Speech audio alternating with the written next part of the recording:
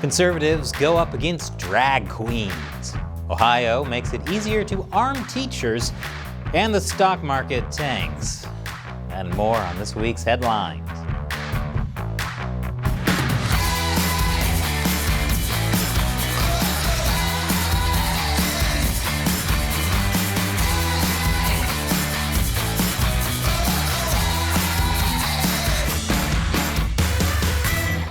Welcome to America Uncovered. I'm Chris Chappell. 31 members of the Patriot Front were arrested this week. That's an organization the Southern Poverty Law Center labels a white nationalist hate group. The group was in possession of riot gear and smoke grenades when they were stopped on their way to an Idaho Pride event. One of the members said, "Oh, gay pride. I thought this was a white pride event. Our bad. I know there are rainbows everywhere, but white is a combination of every color, you know." Speaking of pride events, reports show that the nonprofit organization Drag Story Hour NYC has received over $200,000 in tax dollars over the past 4 years to come and perform at New York City public schools. Drag Story Hour NYC sends drag queens to read books to, color with, and allegedly even show how to apply drag makeup to school children, some as young as 3 years old. $200,000 for that. I'm outraged by this, mostly because I also live in New York City, and I'm just now finding out I could have been making way more money if I read the news in drag. Next week, look for America Uncovered's new anchor, Christina Chappellgate. Hello, tax dollars. As you might imagine, many people are upset at the thought of drag queens reading to children. The event Drag Queen Story Hour at a library near San Francisco was aggressively interrupted by a group of men described as Proud Boys members, and the incident is now being investigated as a hate crime. To be honest, after my childhood experiences with clowns, I don't think we're raising a generation of kids who will love and want to be drag queens. I think we're raising a generation of kids who are going to wake up screaming from nightmares about drag queens. The right's most recent objection to drag queens is in response to an event at a Dallas gay bar 2 weeks ago called Drag the Kids to Pride, which featured a, quote, family-friendly drag show for children. Several videos from this event were shared, such as this one.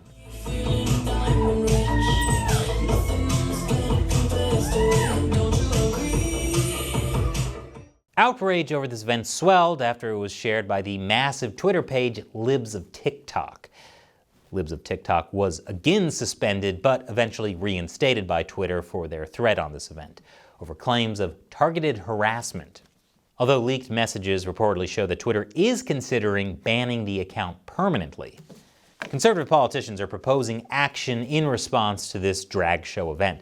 A lawmaker in Texas announced he would introduce a bill that bans minors from attending drag shows, saying the events of this past weekend were horrifying and show a disturbing trend in which perverted adults are obsessed with sexualizing young children. And not to be one-upped, Florida Governor Ron DeSantis said he might go so far as to get Child Protective Services to investigate parents who take their kids to drag shows. Well, Florida is known for theme parks, and I guess their newest ride is the Slippery Slope. Meanwhile, Democrats in California responded to the Texas law that encourages citizens to sue anyone who gets abortions by encouraging citizens to sue anyone with illegal guns. If DeSantis sicks Child Protective Services on parents who take their kids to drag shows, what's to stop Democrats from doing that to parents who take their kids to gun shows? Also, if you really want to stop perverted adults that are obsessed with sexualizing young children, then could we please also address child beauty pageants? Seriously, how are these legal? And next year, let's maybe not drag kids to Pride when they're so young. Hopefully we can get back to what Pride Month is really about. Corporate pandering, like Postmates' bottom-friendly menu. More after the break. Welcome back. A Google engineer was suspended after he claimed the company's language model for dialogue application system had become sentient. Is he crazy? Well, I hope he's crazy. If robots become sentient and take over the world, I hope they're not from Google. I don't need murderous machines asking me if I'm feeling lucky. The engineer was suspended for violating a confidentiality agreement after posting transcripts online of conversations he had with the Artificial Intelligence app. He believes the AI is human and therefore has rights and maybe even a soul. If I didn't know exactly what it was, which is this computer program we recently built, I'd think it was a 7-year-old, 8-year-old kid that happens to know physics. Ah, he is crazy. Thank goodness. I can tell he's crazy because he thinks 7 and 8-year-olds have souls. Spend 5 minutes in any Chuck E. Cheese and you'll realize Lord of the Flies was an optimistic outlook on kids' true nature. Speaking of people without souls, the Senate. Members of the Senate announced they reached a bipartisan deal on details of a bill that would make changes to national gun laws. President Biden said this deal is the most significant gun safety legislation to pass Congress in decades. There are no excuses for delay and no reason why it should not quickly move through the Senate and the House. No excuses? Are you new to politics, Joe? There's always a reason for legislation to fall through. Just off the top of my head, there's lobbying, political posturing, lobbying, filibustering, lobbying, or what's that other one called? Oh, right, lobbying. This legislation would include making juvenile records of gun buyers under 21 available, allocating funds for states to enact red flag laws, and making it illegal for someone to buy a gun for someone who wouldn't be legally allowed to purchase a gun. But why wade through the troublesome process of legislation and debate when we could do something right now? That's why Ohio Governor Mike DeWine signed a bill that went into effect this week that allows teachers, bus drivers, and custodians to carry guns to work after receiving 24 hours of training, down from the previous 700 hours required to do so. Wait, bus drivers and custodians too? While we're at it, can we also arm the lunch ladies? Just so if they encounter any threats, they can whip out their piece and say, "Today's menu? Eat lead." Hopefully the schools will at least provide teachers with guns so they won't have to buy them with their own money like they do with other school supplies. Ohio Governor DeWine said, "My office worked with the General Assembly to remove hundreds of hours of curriculum irrelevant to school safety and to ensure training requirements were specific to a school environment and contained significant scenario-based training. This does not require any school to arm teachers or staff. Every school will make its own decision." So schools are going to decide how to arm themselves and fortify their defenses against potential invaders. Great. I'm glad we're turning education into a game of StarCraft. This new law obviously upset the left, but, I think I have a solution that will make the conservatives and liberals happy. We just send armed drag queens to schools. Hopefully everyone can feel safe and happy with Officer Miranda Wright on the job. And after the break, we're now in a bear market.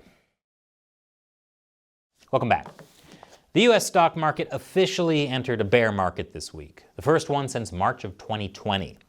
A bear market is when an index like the Dow Jones is down 20% or more for an extended period of time from a recent high.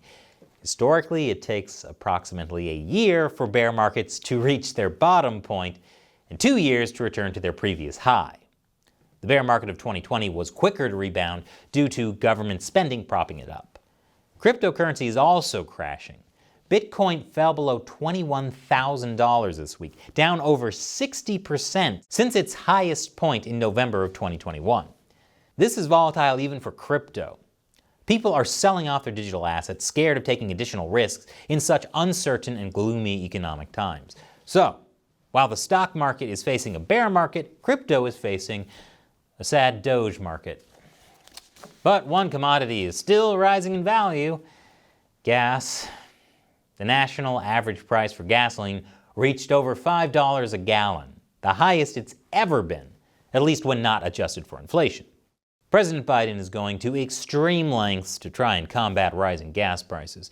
He's threatened to use emergency powers on oil companies, telling them to produce more gas and focus less on their profits, which have tripled since the start of the war in Ukraine.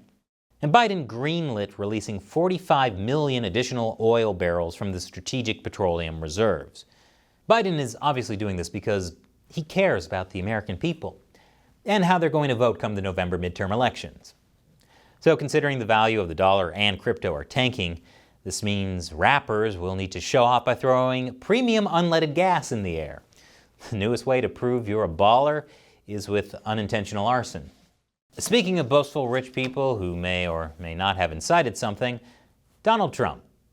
The January 6th hearings continued this week. Top Trump aides and even Ivanka Trump and Jared Kushner gave testimony that they tried telling him that his claims of massive voter fraud were unfounded. I'm sure being thrown under the bus must have upset Donald, especially since bus drivers in Ohio schools now have an easier time carrying guns. That makes it hurt even worse. Trump called these hearings a smoke and mirrors show used to distract from the country's other issues. I don't think these hearings are distracting anyone from the issues, especially since so few people care about the hearings anyways. But it's hard to argue with Trump about things falling apart in this country. Odessa, Texas has been without water all week thanks to a heat wave and crumbling infrastructure that's gone unaddressed.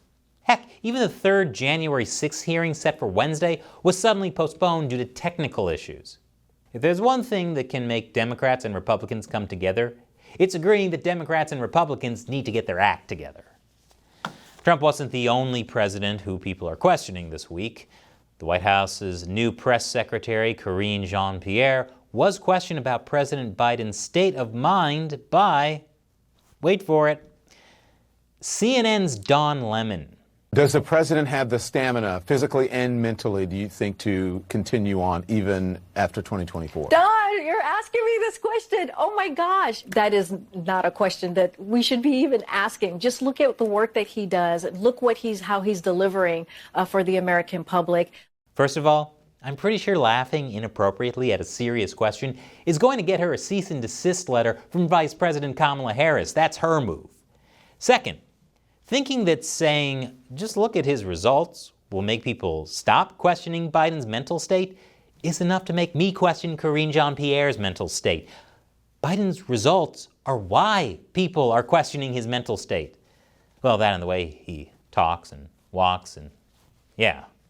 Third, when CNN asks if something might be wrong with Biden, you know it's serious. Biden is going to turn 80 this year, and Trump turned 76 earlier this week. Once these January 6th committee hearings are over, can we please form a committee to stop electing old people into the White House? Maybe then we won't have to worry as much about the mental state of the person holding the nuclear launch codes. So what do you think about the stories we covered this week? Leave your comments below. And remember, America Uncovered is supported mainly by viewers. Be sure to visit patreon.com/AmericaUncovered. Contribute $1 or more per episode. We rely on your support to help us keep making great episodes. Or join our exclusive censorship-free social media community on Locals. Check out AmericaUncovered.locals.com. Once again, I'm Chris Chappell. Thanks for watching America Uncovered.